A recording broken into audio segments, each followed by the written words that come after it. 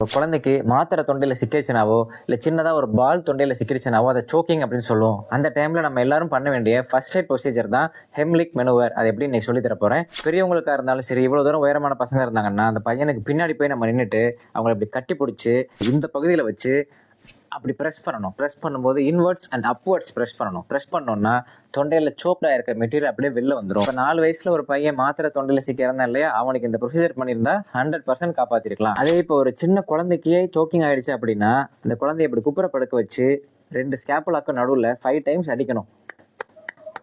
இப்படி அடிச்சுட்டு அதுக்கப்புறம் இப்படி திருப்ப படுக்க வச்சு நான் சொன்ன அதே பகுதியில் 2 விரலை வச்சு 5 டைம்ஸ் ப்ரெஸ் பண்ணணும். ஒரு இன்ச் உள்ள போகிற அளவுக்கு திரும்ப குப்புற படுக்க வச்சு 5 டைம்ஸ் வெயிட் பண்ணணும், 5 டைம்ஸ் ப்ரெஸ் பண்ணணும். இந்த ப்ரொசீஜரை நம்ம 3 to 4 டைம்ஸ் ரிப்பீட் பண்ணலாம்.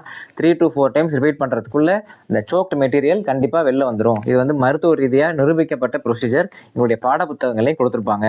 இது எல்லா ஸ்கூல்லையுமே எல்லா பசங்களுக்கும் தெரிஞ்சிருக்கணும், டீச்சர்ஸ்க்கும் தெரிஞ்சிருக்கணும். என்னோட பசங்களுக்கு நான் இதை ஆல்ரெடி சொல்லி கொடுத்துட்டேன்.